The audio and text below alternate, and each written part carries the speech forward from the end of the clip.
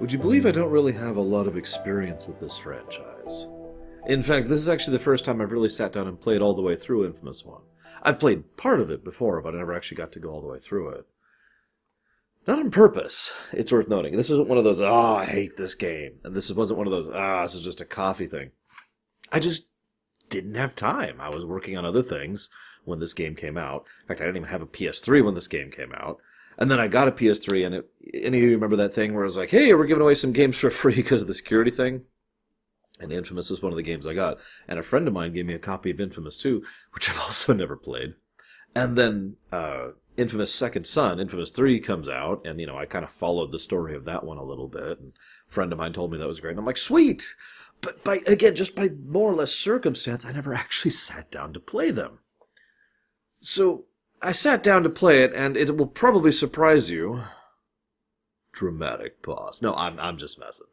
It was a good game. I did enjoy inFamous 1. It's kind of weird playing this game now. I mean, given that we recently just had Marvel's Spider-Man on the PS4, and a couple years ago we had Zelda Breath of the Wild, it's kind of weird playing this game in the immediate wake of those games. And I know that sounds like a weird thing to comment on.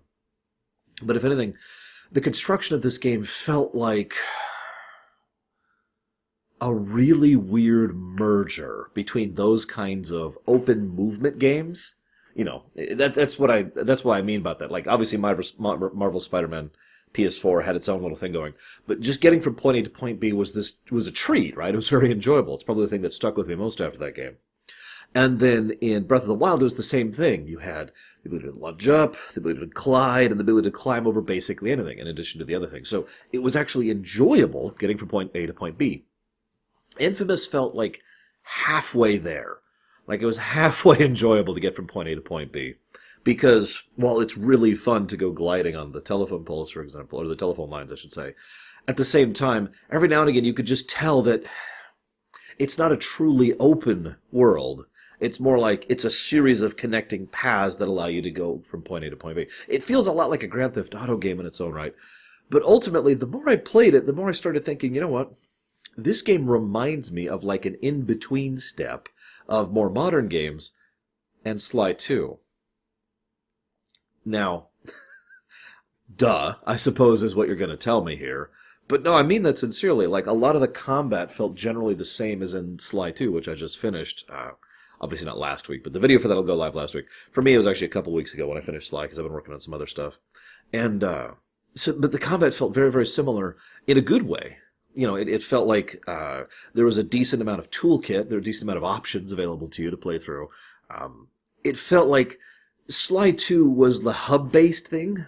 This feels more like taking the next step up from that, basically going from, well, to use a more direct example, going from something like Mario's Galaxy, the hub thing there, up to something closer to Mario Odyssey, right? So I'm with it, by the way. All of this is a compliment. Now, I can't talk about inFamous without talking about the morality thing. Good or evil. This is right about when the morality thing was really getting big in gaming. The late PS2, early PS3, and of course the PC era of that era. It was a big thing. It was constantly. It was everywhere. We had the Mass Effect. We had the KOTOR thing. This was just a direction that gaming was really bearing down on. I'm not sure why. I think it's just because a lot of people enjoyed it enough that enough developers latched onto it and started using it going forward. It's kind of died out since then a little bit. But one of the things I find most interesting about the morality system here, from a gameplay perspective, is the fact that it really... Okay, I actually have like 3 or 4 things I want to talk about. I'm just hesitating because I'm not sure which I want to talk about first. I suppose the first thing I want to talk about is the fact that originally there was no good option. Right? Originally, I've seen several interviews, especially by Chris Zimmerman, about the construction and analysis of these games. And it turns out that they wanted to do a thing where there was just the evil playthrough. But then they're like, maybe we should give them a good option, right? But that'll just be for fun. It'll be for funsies. The evil option will be the canon playthrough. And then they got it out and had several people playing it and playtesting it, and everyone liked the good option. Not everyone, I'm of course being exaggerative, but more people preferred being good than evil.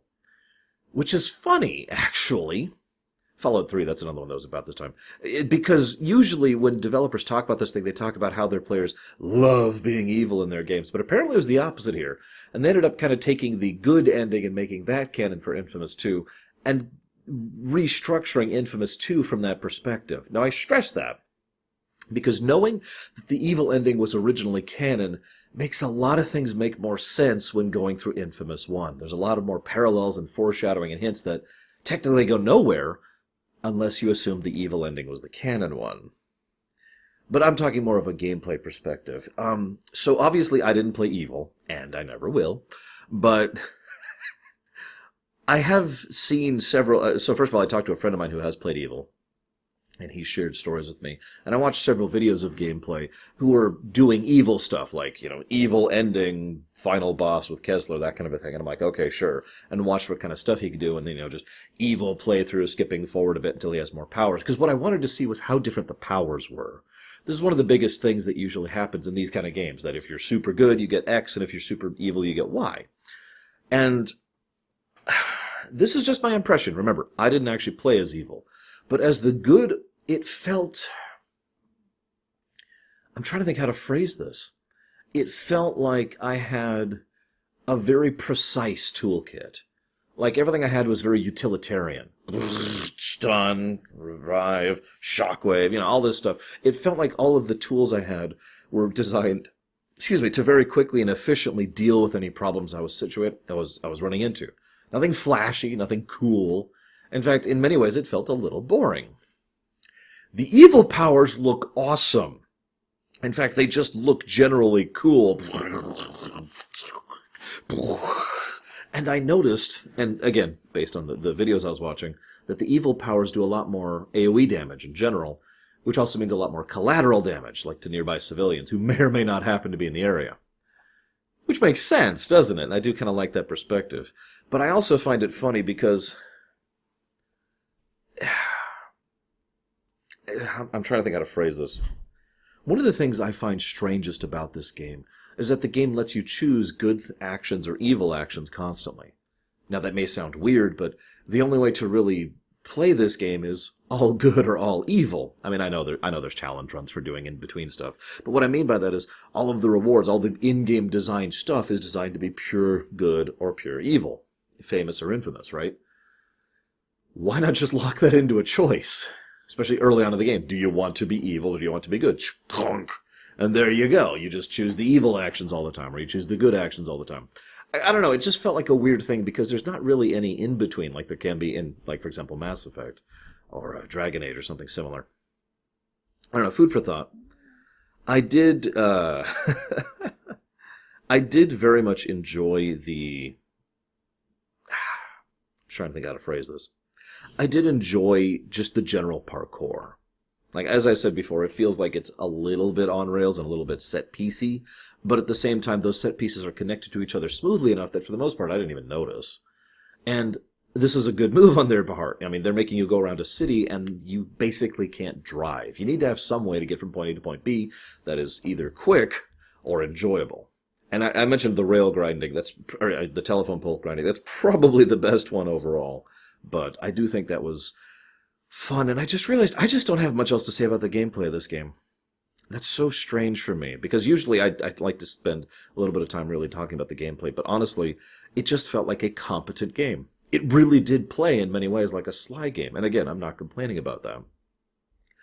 It's also even more funny when you consider the fact that this is apparently originally supposed to be Sony's answer to Animal Crossing. It was going to be this big cartoony thing, and it kind of makes sense if you think about it, because again, Sucker Punch, the creators of the Sly series. But what I find even more interesting is that this game is dark. Yeah, it's pretty dark. The game basically starts with the death of several thousand people by accident, and is really messed up on multiple levels, and both implies and then outright states a lot of really horrible things happening throughout the course of it. It's dark. It reminds me of Watchmen, the comics, in many ways. Good and bad. But I bring that up because, again, that also makes sense if you were paying attention during the Sly Cooper series, at least the first two games, which are the ones I'm aware of.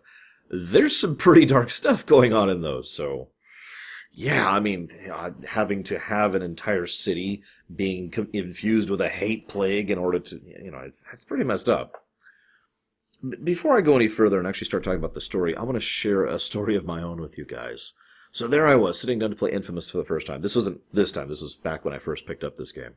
I'm like, okay, I'm going to play inFamous, this is cool. Huh? Wait, why is it doing these little comic book things?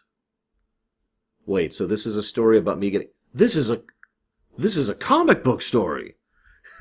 I was actually genuinely surprised because nothing of the marketing material, it was all about good call or evil call, and you'll have the power to do whatever. And all of the marketing wasn't focused on the fact that this is a superhero game series.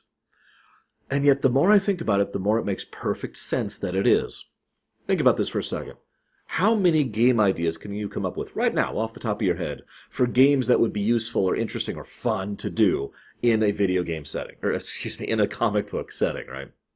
DC, Marvel, Dark Horse, whatever, pick one, it doesn't matter. Just picture that, capes, as I like to say, just capes. You could have the strategy game, you could have the city building game, you could have the management game, you could have the Telltale style game, you could have the XCOM style game, you could have the open world expansive game, you could have... I mean, I could keep going. There are so many game options that sound really awesome and fun. I mean, as I just referenced, Marvel's Spider-Man over on the PS4 just last year, right? And yet, we don't get a lot of those. Not really. I mean, there are certainly licensed games coming out, but we don't have the kind of variety we should. And the answer why is so obvious. Because licensing is expensive and automatically adds certain limitations as well as financial obligations to crafting such a game. By contrast, if you make a completely new comic book universe that is yours, that you own, that follows some of the same general rules of comic book dumb, the capes concept, but otherwise is its own setting, well, licensing fees be gone, and now you can just do whatever you want with it. And I feel, I could be wrong, I wasn't able to find a specific interview on this one, but I feel like that was at least part of the inspiration here. Like they wanted to do something like this, and then they said, screw it, let's just make our own. We've got conduits instead of mutants or metas or whatever else you want to call them. And we've got the whole idea of the race sphere and the ability to absorb people's energy in order to augment other people. All of the concepts of this setting in many ways follow the typical pseudoscience-y rules of your typical comic book setting. Right? I'm not complaining. It's the thing that really surprised me at first. If anything, I kind of hope that we get more inFamous in the future, having only played the first game, but, being aware of the second game and aware of the third game. It'd be nice to see them going even further with this. Anywho, that being said, they do seem trying to destroy the world as quickly as they possibly can in all three of these games, but I don't want to spoil future games. Speaking of which, I'll be trying not to discuss inFamous 2, since that would obviously be very relevant to this game. And I will definitely not be discussing inFamous Second Son, so let's just leave that at the door.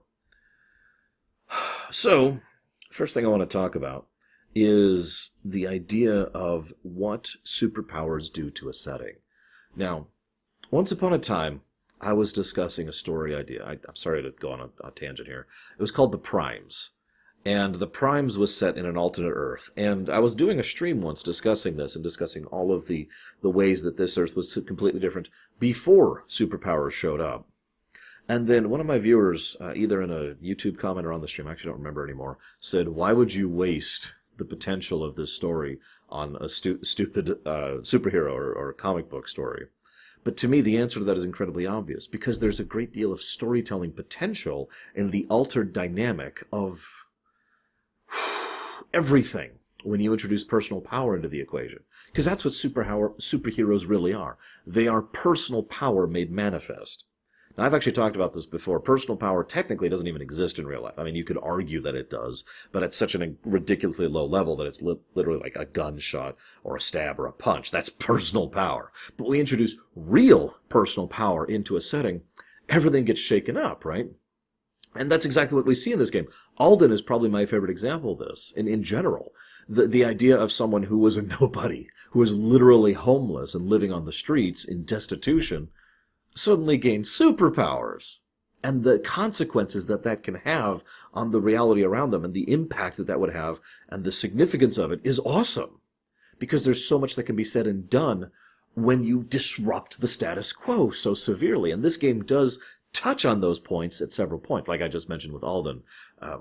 We also find, what happened with the drug dealers and how they decide to kind of go full tilt. Oh no, we're going to actually try and completely control the situation. And we see how the various agencies of the government try to, and fail at, accommodate this new status quo. Because the entire idea is, imagine if you've built an entire pattern. And this pattern will fit perfectly on this specific type of substance or surface. So you lay the pattern down, but you look down, and it's a new surface. That's because the surface has fundamentally altered. Like, instead of being... this analogy is kind of breaking apart, I admit. Instead of being like glass, it's water.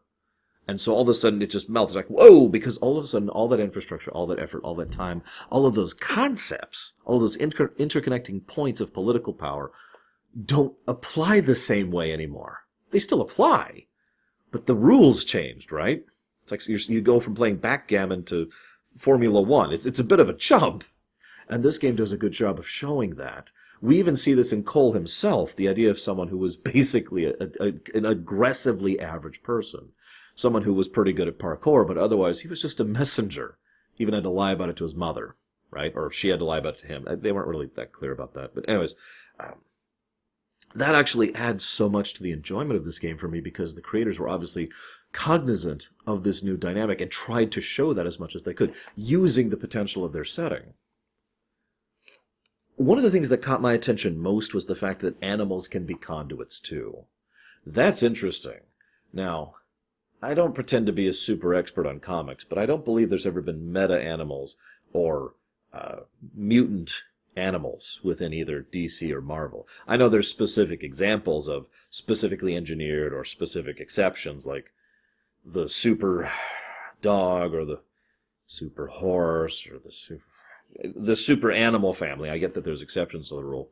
But for the most part, we don't see that kind of thing where just regular animals can, for lack of a better way to put it, awaken abilities and start using them. Unfortunately, the games don't really do anything about that. In fact, I wouldn't even know about that except for the dead drops. But I just think that's an interesting concept. So we see this accommodation to the new status quo thing, like I just referenced, and probably the most fascinating character who accommodates to this is Zeke. Now, later on in the game, I almost said episode, I've been doing a lot of Star Trek lately. Later on in the game, Zeke actually flat out says, I thought this was a new shot for me. New quarantine, time to make a new life for myself. Now, that actually is very indicative of his personality in general, but it also kind of showcases what was going through the minds of a lot of people. Keep in mind, right before we have the scene where he just kind of talks about the new setup that they've got, right before that we find out that there's mass rioting and murdering and all sorts of horrible, terrible stuff going on around the city in the wake of the quarantine, that a total lack of control is what has effectively been the consequence of this action, of this new quarantine. And that's basically Zeke in a nutshell, isn't it? Because Zeke is extremely selfish. Now, I don't want to call Zeke evil. I actually saw an interview that mentioned the idea that Zeke was originally supposed to be the one who actually kills Trish, and the developers were like, nah, no, that's not Zeke. And I agree, that isn't Zeke. Zeke is someone who can do an evil act, but not really for evil intent. Easily the most obvious example of this is when he had the sphere and tried to activate it. Nothing happened, of course, because he's not a conduit. And based on what I understand of the rules of this setting, you either are or you aren't. This is not something that can be made happen. So, he's screwed. He will never have superpowers. But his action there did make perfect sense. If you've been paying attention to almost the entire game, he has been constantly bringing it up in very casual conversation and in very casual voice acting, just, yeah, you're the one with superpowers, or, yeah, I didn't get superpowers like you, or, yeah, lightning powers are super awesome, and just talking about it over and over and over. And when you actually get to that mission where you take the sphere from Alden, he actually mentions, no, we should just use it ourselves, and we'll get superpowers, and then things will be awesome. And it's like, Zeke, dude, do you think of anybody but yourself? And that's why I call him selfish, not evil. Probably the best way the game shows this is by contrasting Zeke with Trisha.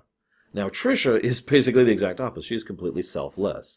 She is still a complicated individual who has her own emotions and perspectives, and Lord knows she is To put this as nicely as I possibly can, not nice towards Cole for quite a while, and actively rude to him for quite a while. Not saying I blame her, but it is, well, it gets grating after a while, let's just put it that way. But regardless, she is nevertheless someone who constantly is trying to help others around her. In fact, even when you first get splurted with the tar, one of the first things she does is say, here, come with me. I will take care of this. But I'm never doing this again. I hate you, Sundari. Anyways. But I bring that up because the types of missions both of them give really highlight this. I wrote down 2 specific missions that I wanted to bring your attention, because I did them side by side. One, Trish asks you to go and... Did I say Trisha earlier? I think I did, didn't I? Trish asks... I know someone named Trisha in real life. Trish asks you to go help fix this bridge because it's causing issues and there's gang fights and oh my god, there's gun fights. So you go and help this bridge in order to help save some of the nearby people and restore some order to the city. Cool. Then Zeke asks you to go find this guy and rescue him because he's sweet on his sister.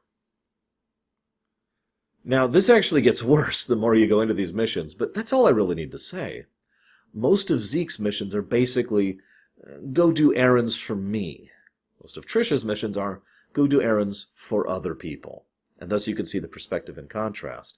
This is also shown, so what I'm trying to say is that it's not that there's good NPCs and bad NPCs. It's slightly more dynamic than that. There's actually 4 axes that we see throughout the course of the game in terms of the major NPCs. Now, Zeke is on the self-centered, but still good. Both of them are good. Whereas Trish is on the selfless, but good. On the other side, we see the 2 evil axes, which is also, let's call them morally aligned and morally unaligned, because we have Moya and John. Now, the thing I like most about them is Moya lies to you from the word go, manipulates you constantly, treats you like crap, and basically is very aggressive and abrasive at every opportunity. She is never nice to you, even when you finally realize the truth of it, and she's trying to justify herself. She never apologizes. She never says that what she did was wrong. She just says, well, no, this is what has to happen. You still have to follow me. You still have to do what I say, Cole. By contrast, John is extremely forthright and up front with you about everything. Very honest and very open about everything. He also comes across as more professional. I don't know if that's just me. Like, for me, Moya came across as someone who... I don't want to use this word, but I feel like she's more corrupt, more slimy, more, oozing her way through a conversation. By contrast, John was a breath of fresh air, very crisp, very polite, very professional. This is what we have to do, this is what we have, 43 seconds, just bam, bam, bam. I loved the interactions with him, even though almost all of them were just over the phone, although I guess the same could be said of Moya. And thus we see another dynamic perspective between the 2, and the way at which both of them interact with you. Because again, Moya, even if you do things right, will yell at you. John, even if you do things wrong, will say, all right, let's try and fix this. The attitude is the difference. You can see how both of them technically align themselves on the evil axis, and I'm really putting that in quote-unquotes here, because, let's be honest, basically every character in this game is actually a shade of gray, which is part of the point, actually. But, Of the 4 quad that we've generated here, those 2 line on the lower end of the quad. Which actually is interesting. I mentioned earlier that nobody's really black or white in this morass of gray. This morass of gray. This applies especially to basically everyone else, but most strongly to Kessler. Now I'm going to pause for a moment because you're going to be like, well, hang on, don't you have anything to say about Sasha? No. Even after I defeated Sasha, I'm sitting here and I've got her name jotted down. I don't have anything to say about her. She's crazy. She makes more sense if the evil ending is canon.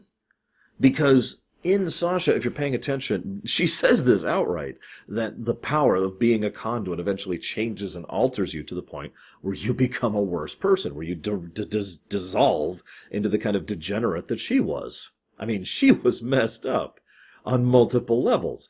Obviously, at least part of that is because of the fact that she was, Kessler's ex-girlfriend and Kessler's Cole, so, confusing the 2. Oh yeah, spoiler alert. But I mentioned that because other than her, the writers did a good job with her, don't mistake me. In fact, they portrayed someone who was crazy. Actually, I should rephrase that. They portrayed someone who was insane. But they also made her say a lot of correct and accurate things. She was in many ways a form of exposition and a great form of foreshadowing. If you pay attention to what she's saying, and I knew the ending walking into this because, Infamous 2 and Infamous 3, but if you pay attention to what she's saying, almost everything she says makes at least one degree of sense. The only thing that changes is her perspective as she's saying it, sometimes in mid-sentence. Anyways, but I don't have as much to say about Sasha other than that idea, and that makes me wonder if that's why the evil ending was originally canon. The idea that built into the lore of the setting, maybe becoming a conduit always makes you go at the end. It would certainly explain the beast, wouldn't it? I don't know for certain. Curious what you guys think on that one. Either way, let's talk about Kessler. I do like the fact that Kessler basically has all of your powers, just better. Which brings up my very first question. One of the things this is kind of getting into Infamous 2 and Infamous 3, but one of the things that's kind of implied is that conduits basically always get stronger. Like, bit by bit, they will slowly grow in power over time. Now, it's not a guarantee, but any conduit throughout the series who takes the time to practice and train and, absorb more power always gets stronger. I wonder if that's just normal. Like, if all conduits have that inevitable potential to be at the world cracker level, like the Beast eventually became. Both of them, I guess. I'm not actually sure. And as ever, I'd love to hear your guys' thoughts. Oh, it's worth noting that I didn't have a chance to get a hold of most of the comics for this game, especially since, I was going to make more of an effort and just go ahead and buy them, but then it turned out most of those comics are after this game and, well, not quite as relevant, and mostly just discuss what happens to the characters in between the two. Although I do know what happened to Moya. Anyways, getting back to the point. So, Kessler... The game constantly tries to posit the idea that Kessler knew that he had to create the perfect person, that he had to mold Cole into the one who could defeat the Beast, and I don't buy it. I'm serious. I don't mean to drop the mic like that, but that doesn't make sense to me. And I sat and I thought, and I was like, okay, why doesn't this make sense to me? Now, my very first thought was, well, obviously, if we go by the original intention, that evil was the canon ending, this makes perfect sense, because the intention there is that the more powerful of a conduit you become, the more evil you get, the more messed up you get. So Kessler was this evil, crazy super dude because he was that powerful, because he had regressed that far. And it's implied that that's exactly what happened to the Beast. Remember, just in this game, we haven't revealed anything about the Beast yet, so this whole presentation, this whole perspective is the kind of thing that just makes you go, okay. And I feel like once they restructured that, it's like, okay, well, hang on, how do we make this work? Well, he was doing this for the greater good. He was doing just to help everyone. It's kind of the almost excuse. But I just don't buy that. What I see in Kessler is someone who went insane. Not because of his powers, but because he spent however many years, they don't actually say in this one, running from the Beast, watching the world get devastated, destroyed, and massacred. Oh, and then lost his loved ones, the only people he actually cared about most. I think he snapped. So he goes back and makes this decades-long plan to take over the First Sons and slowly rise to power and establish the quarantine and make sure that he builds the Ray Sphere. It's implied in later works that he knew about the Ray Sphere from his timeline, so he took knowledge of it back and then used that to basically make it earlier than it otherwise would show up. All that kind of stuff. Anyways, given what the Beast ends up being, doesn't surprise me that much, but I'm getting off topic again. My point being, I think that Kessler legitimately lost it and reached a point of mental disconnect. Just like Sasha couldn't quite understand that she was a drug lord who was trying to mind control the citizens of the city in order to serving her whims, in order to fight back against Kessler, while she simultaneously desperately wants Kessler back, and not fully being able to distinguish Kessler from Cole. In other words, basically think of an equation, but variables are missing. And so what's left here is something that is wrong, something that might literally not even be an accurate mathematic formula, right? That's what I mean when I say that I think Kessler lost it. I think that he goes back and he says, okay, well, I'm going to make this better this time. And I know exactly what I'm going to do. I'm just going to make sure that Cole is super powerful, and I'm going to kill Trish and everyone around him so he can be the horrible person necessary to stop the beast, and everything will be fine. Now again, this makes more sense with the original canon ending of being evil, because then we add dramatic irony on top of all of this. The idea that he has decided to raise up Cole to be this superpower, and, well, evil Cole is really, really evil. I mentioned earlier there's no black and whites, and even Kessler, I would say, is a particular form of gray, probably right about here on the chart. But Cole, evil Cole, is really, really evil. Thus the idea being that in order to stop the beast, he made something much worse, which is a fairly typical storytelling trope. I mean, Godzilla, right? The original Godzilla. But again, I feel like what was happening was more along the lines of... So this is getting into full interpretation. So he had the disconnect. So I think there was at least some part of him that was like, I'm going to make things better this time. But I don't think his desire to turn Cole into this super weapon was really at the forefront of his motivation. I think this is mostly about pain. Hear me out. One of the things I have unfortunately learned over the years is when you're in a certain level of pain, physical pain, emotional pain, mental pain, you lash out more than you otherwise would. You are far more acerbic and vicious than you actually are. I'm sure some of you understand what I mean by that. Now, Kessler went through significant emotional and mental pain, and probably went through a significant amount of physical pain as well. With the amount of pain that he went through, I think for him it was all about lashing out. Now, there's still some of whatever he was inside there. You know, he's still got that picture. And so he still moves forward with this plan.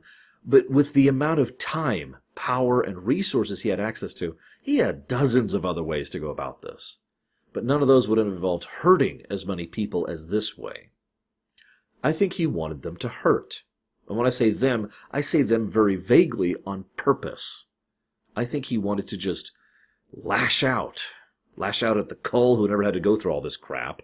The nobody who's just a bike messenger. Lash out at the people who would allow this problem to happen. Lash out at the government, which basically handed over the world to the beast, etc., etc. And so he creates this situation in which things are arguably worse than in the original timeline. The only thing that prevents them from becoming truly worse is the fact that good Cole is actually the canon ending. And if you decide to be good Cole, well, you prove yourself to be the better person, basically. You go through the same relative pain, but you come out of it better, not worse. This is one of the things I've talked about many, many times in real life as well as in fiction. When a human being goes through some hell, they either come out of it with the best of themselves or the worst of themselves, or some gradient there in between. And it's very clear that Kessler came through this and just came out with the worst of himself. He was a monster, in my opinion. But I don't think he was completely evil. I think he was when I say monster, I shouldn't use that word because that's a misuse. He was a mess. Whereas Cole goes through all this crap and comes out of it with the best of himself. Someone who says, you know what? Even though people hate me, even though people fear me, even though the world is against me, I don't care. And he decides to help people anyways. Probably my favorite bit of this is right at the beginning. The game sets this tone very early on. In fact, one of the things I noticed was that the game almost feels like it's trying to push you towards being evil, because one of the first things that happens is you can choose to let the people get the food or not. You remember that? It's one of the very first morality choices. And if you choose to let them help you get the food, after the news broadcast thing happens, they'll turn at you and yell at you and say, hey, and Cole's like, I got you the food, what? I point that out because I feel like that was like, okay, you can be good, but you won't be rewarded for it. Go be evil. It's just kind of heartening to know that players decided to go good anyways, but I digress. You'll notice I haven't really talked about Cole yet. Cole is arguably the least interesting character in this game overall, and I don't mean that as an insult. Rather, Cole is more of a vehicle for other characters to be expounded upon and decided upon.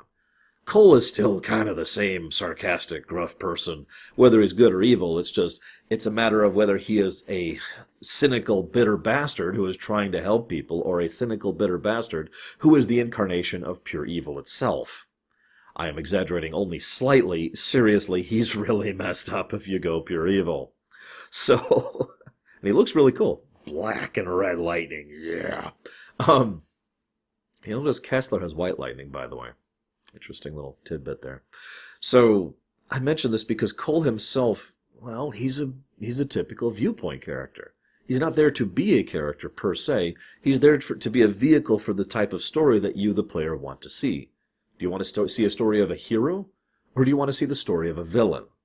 I mean, there's a reason this game was named inFamous, not famous, right? As ever, I would like to hear your guys' thoughts on this. If you think Cole, there's more to Cole, what you think about the Kessler situation. If anybody has anything to add about Sasha, I don't know. I mean, I know she shows up and actually helps Cole in the comic thing. I remember that. But anyways, I actually don't have much else to share about this. This was a fun game to go through. If anything, it kind of made me in the mood to go play Sly 3, but of course I don't have time for that. So I hope you guys have enjoyed. I'll see you next time.